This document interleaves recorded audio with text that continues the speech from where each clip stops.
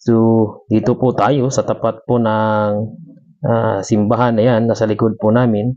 So, yan po is sobrang ganda po talaga ng Taft sa Eastern Samar.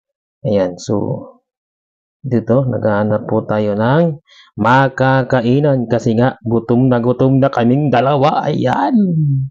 So, wala po kaming mahanapan na makakainan kasi nga iba ang hinahanap namin, exotic.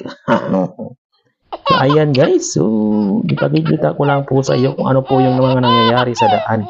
Ayan. So, tingnan niyo po yung video ko para po maano po kayo dito. Ma-encourage magpunta sa Taft. Ayan. Dili na lang, dili part. Ayaw din na kay. Tama ko ito.